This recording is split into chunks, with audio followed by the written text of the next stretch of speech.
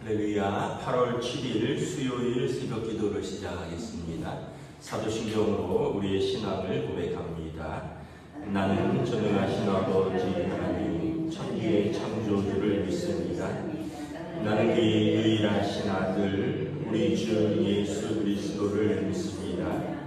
그는 성령으로 잉태되어 동정녀 마리아에게서 나시고 본디오 빌라도에게 고난을 받아 십자가에 못 박혀 죽으시고 장사된 뒤 사흘 만에 죽은 자 가운데서 다시 살아나셨으며 하늘에 오르시어 전능하신 아버지 하나님 우편에 앉아 계시다가 거기로부터 살아있는 자와 죽은 자를 심판하러 오십니다. 나는 성령을 믿으며 거룩한 공교회와 성도의 교제와 죄를 용서받는 것과 몸의 부활과 영생을 믿습니다. 아멘. 찬송가 407장 찬양하시겠습니다. 찬송가 407장입니다.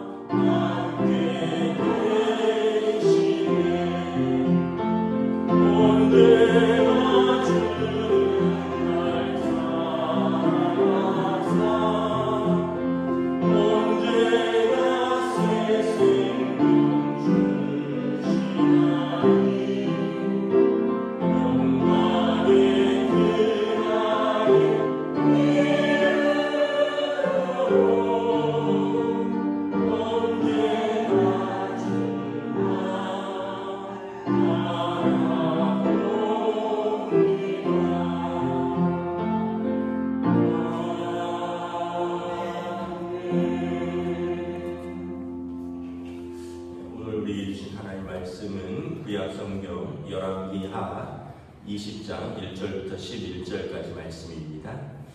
구약 성경 열왕기하 20장 1절에서 11절까지 말씀입니다.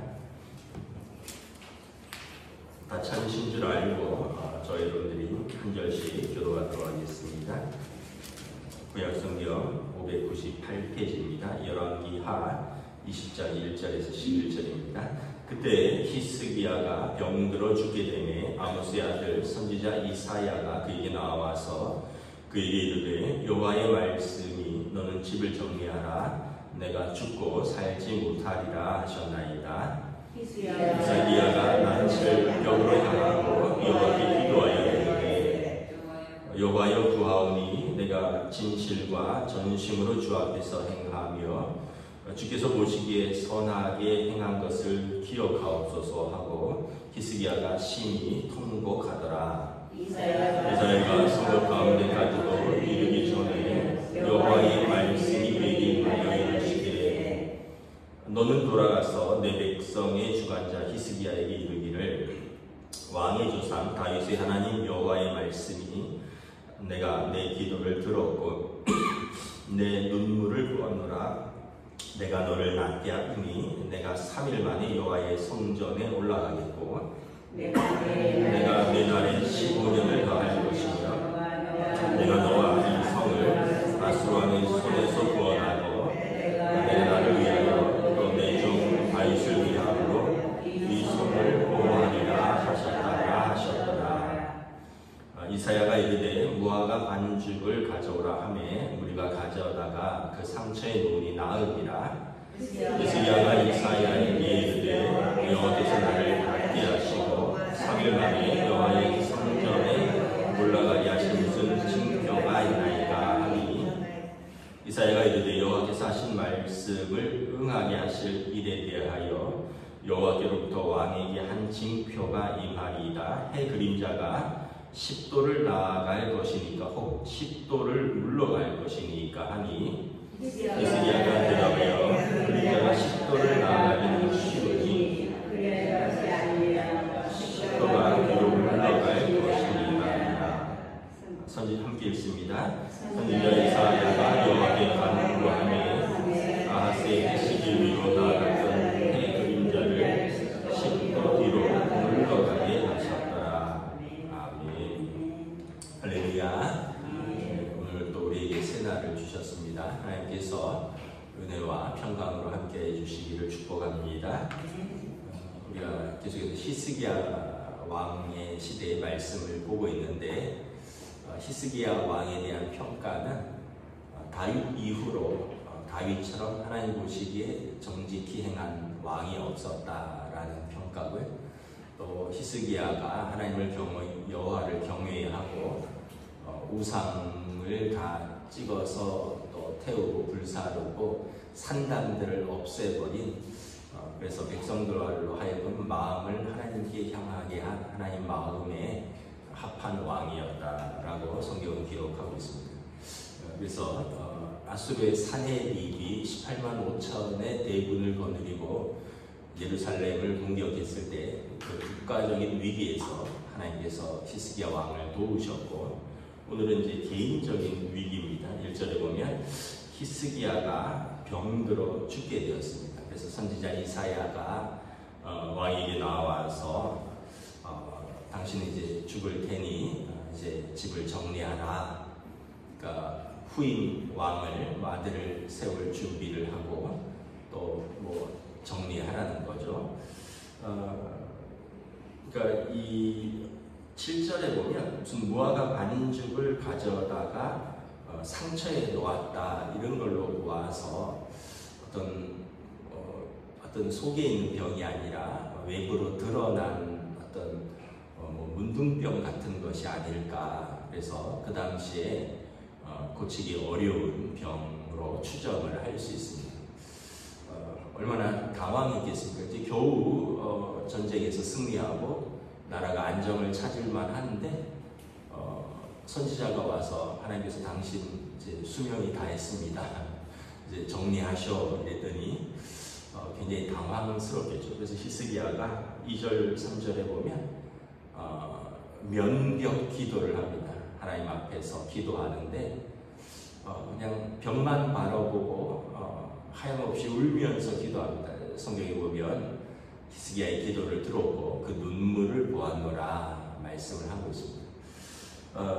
그러니까 히스기야가 하나님 앞에서 기도하는데 주여 종을 생각하시고 종이 주께서 보시기에 선하게 행한 것을 기억하시옵소서 하며 통곡하였다는 거죠.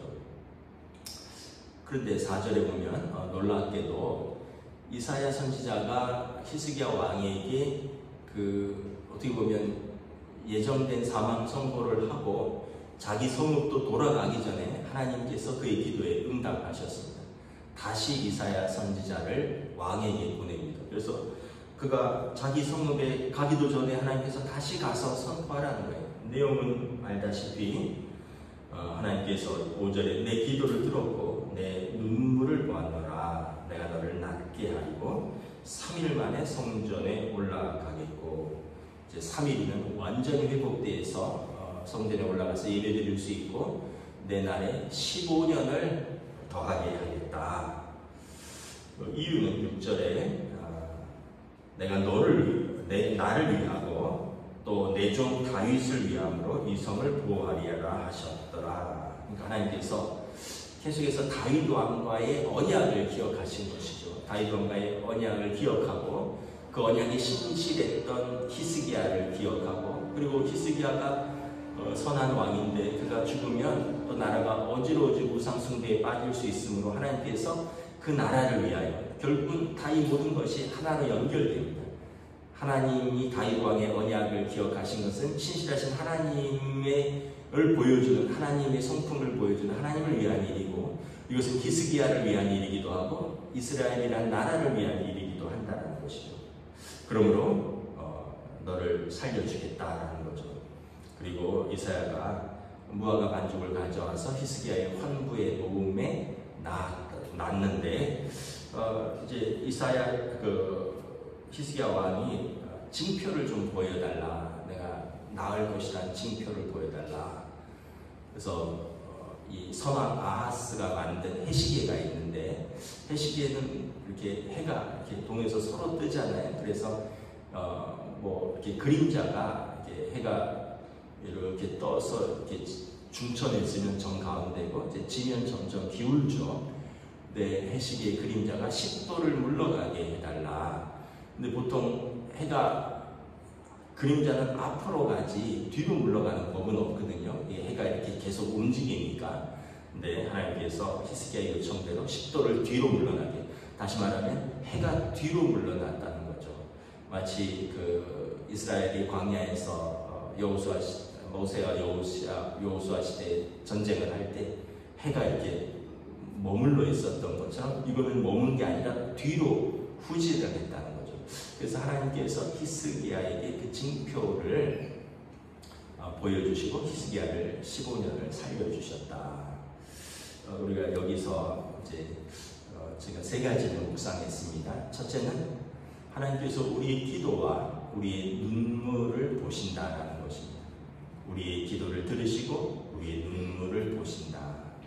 그래서 하나님께서 우리 아버지 되시니 그 자녀가 그 아버지 앞에 와서 호소하고 눈물로 호소하며 악한 아버지도 자기 자식에게는 좋은 것을 줄 알거든 하물며 하늘 아버지께서 너에게 좋은 것을 주시지 않겠느냐. 이것은 예수님께서 하신 말씀입니다. 어느 아버지가 아들이 돌을 달라는데 떡을 달라는데 돌덩이를 주며, 어느 아들이 생선을 달라는데 아버지가 뱀을 줄 아버지가 어디 있겠느냐. 세상에서는 나쁜 아버지도 자기 자식에게는 좋은 것을 주려고 하는데 하나님 아버지께서 인자에게 좋은 것을 주시지 않겠느냐. 이것은 이제 성령을 말하는 것입니다. 가장 좋은 것은 성령님을 말씀하는 것입니다. 그래서 우리가 하나님 아버지 앞에 와서 기도하고 눈물로 호소하며 하나님께서 왜 우리의 기도를 들으시지 않겠느냐라는 것입니다. 두 번째는 생명은 하나님께 있다라는 것입니다. 우리가 생각할 때 의사가 사망 선고를 하는 것 같지만 생명은 하나님께 있는 것입니다. 이렇게 보면 참 생명처럼 질긴 것도 없고요. 또 생명처럼 허무하게 또 그렇게 쉽게 끝나는 것도 없는 것 같아요. 어떤 사람을 보면 그렇게 허무하게 쉽게 죽는 것 같기도 하고, 어떤 사람을 보면 참 길고 또 이렇게 오래 가는 것을 보기도 하고, 제가 그런 생각을 해봤어요. 만약에 저한테 히스기야 왕처럼 하나님께서 3일 안에 죽으니까 너 정리해라 그러면 나는 얼마를 하나님 앞에 좀 더 살게 해달라고 요구할까, 그런 생각을 한번 해봤습니다. 일단은 제가 56세인데 제가 장남이거든요. 아직 아버지 어머니 살아계시고 장인 장모님 살아계신데 내가 아들로서 또 부모님은 먼저 하나님 나라 보내드리고 가야 되지 않겠는가. 아들이 먼저 가면 부모님 마음에 큰 상처잖아요. 그러면은 최소한 10년, 왜냐하면 지금 80대시니까 최소한 10년, 15년 뭐 이렇게 좀 늘어날 것 같고, 우리 막내가 21살인데 우리 아들 둘, 딸 하나가 막내까지 결혼하는 거는 봐야 되지 않겠는가. 아버지로서 아들, 딸 결혼을 시켜야 되지 않겠는가. 이러면 또 최소 10년에서 15년은 갈 것 같아요. 우리 누나가 손녀를 낳거든요. 그래서 누나가 할머니가 되고 저도 이제 어떻게 보면 이제 할아버지가 된 거죠. 누나의 딸이 아기를 낳았으니까. 근데 이렇게 사진을 보니까 옛날에 제 조카랑 똑같이 생긴 손녀를 안고 너무 좋아하는 거예요. 그래서 나도 손자, 손녀는 내가 안아봐야 되지 않겠습니까, 하나님. 이러면 한 또 15년은 훌쩍 가야 될 것 같고, 우리 장모님, 권사님, 집사님들이 보면 손자, 손녀 학교를 보내더라고요. 저도 그 소원이 있어요. 우리 애들 제가 다 학교 보내줬거든요. 제가 미국에서부터 지금까지 20년 동안 우리 애들 초등학교, 중학교, 고등학교, 심지어 요즘 대학교도 아침에 학교 수업이 아주 이르면 아침에 제가 태워다 주고, 20년을 애들 태워다 주면서 쌓아온 그게 있는데, 손자, 손녀 학교 좀 보내주고 싶습니다. 그럼 애들이 한 7, 8년은 더 자라야 되잖아요. 그러면 한 20년에서 25년은 지나겠다. 그럼 이제 또 욕심이 생길 것 같아요. 우리 손자, 손녀도 결혼하는 것까지는 봐야 되지 않겠습니까? 그래서 제가 내린 결론이 100살까지는 살아야겠다. 지금 말씀드리면 사람 욕심은 끝이 없다, 이런 얘기고, 우리는 죽고 싶지 않다, 뭐 이런 얘기고, 또 좀 현실적인 것 같아요. 하나님 나라를 그렇게 사모하는데 또 이 땅에서의 삶도 있고 뭐 있는 거죠.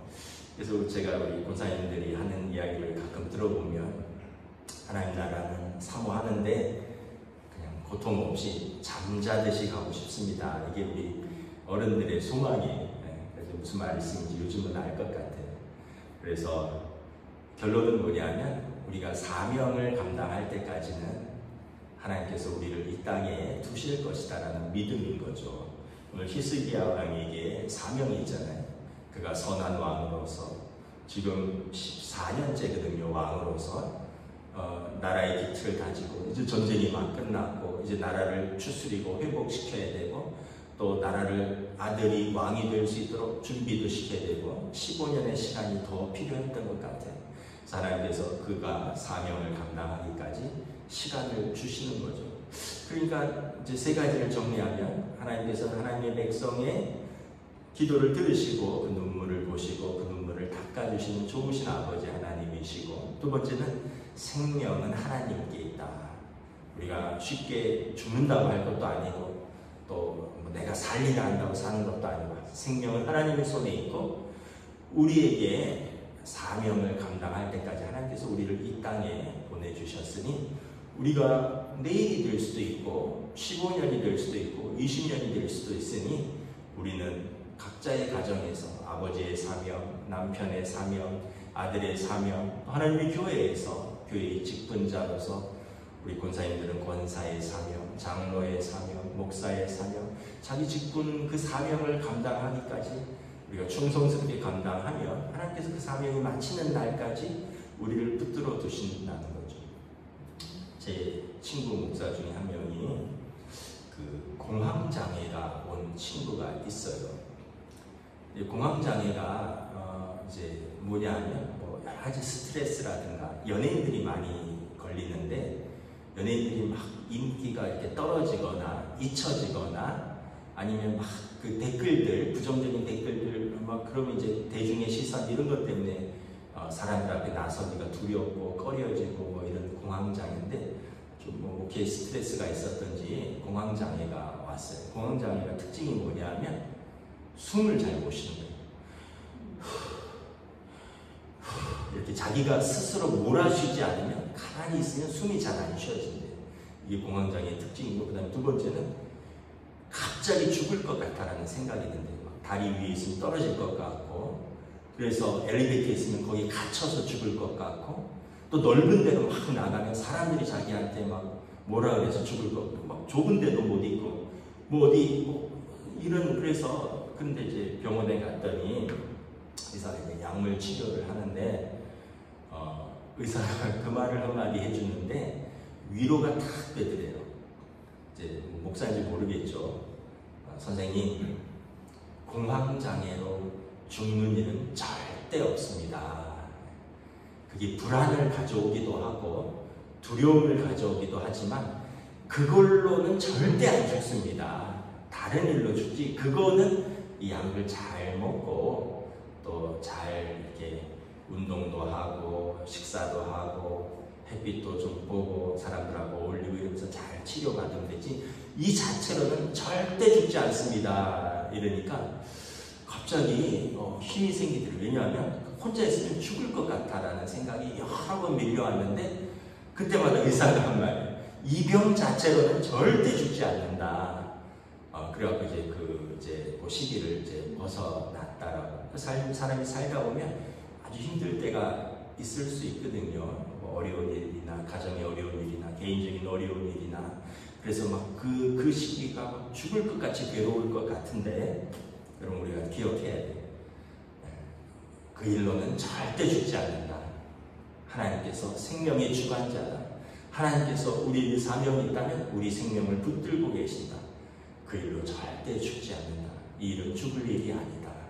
우리가 이것만 하나 붙들어도 우리가 어려움을 믿음으로 넘어갈 수 있는 줄 믿습니다. 말씀을 정리하겠습니다.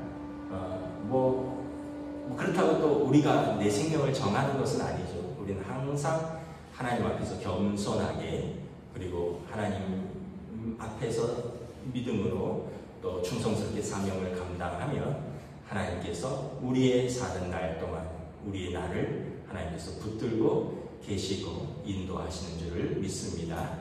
오늘 하루가 그 날이 되시기를 우리 주님의 이름으로 축복합니다. 기도하겠습니다.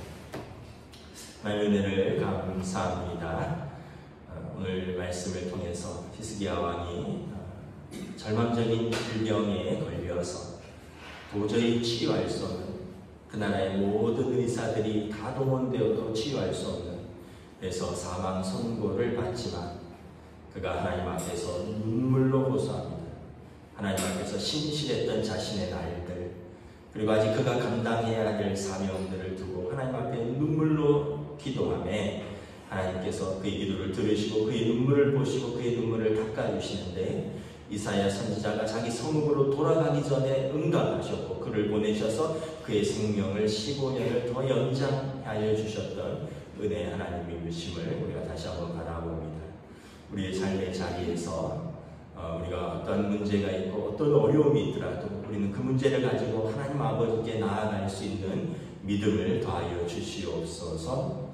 그리고 또한 우리에게 주신 생명 우리가 아끼고 사랑하되 그냥 사는 것만이 아니라 하나님 앞에서 주어진 그 생명을 충성스럽게 내게 주어진 그 사명으로 가정을 또 부양하고 또 감당해야 될 사명들을 감당하며 하나님의 교회를 섬기고 그 직분을 충성스럽게 감당하여 하나님께서 우리를 이 땅에서 주신 그 사명을 충성스럽게 감당하는 오늘의 믿음의 하루, 또 사명의 하루, 충성된 하루, 사랑의 하루로 성령님 인도하여 주시옵소서. 감사를 드리오며 우리 주 예수 그리스도 이름으로 기도드리옵나이다. 아멘. 하늘에 계신 우리 아버지 이름을 거룩하게 하시며 아버지의 나라가 오게 하시며 아버지의 뜻이 하늘에서와 같이 땅에서도 이루어지게 하소서.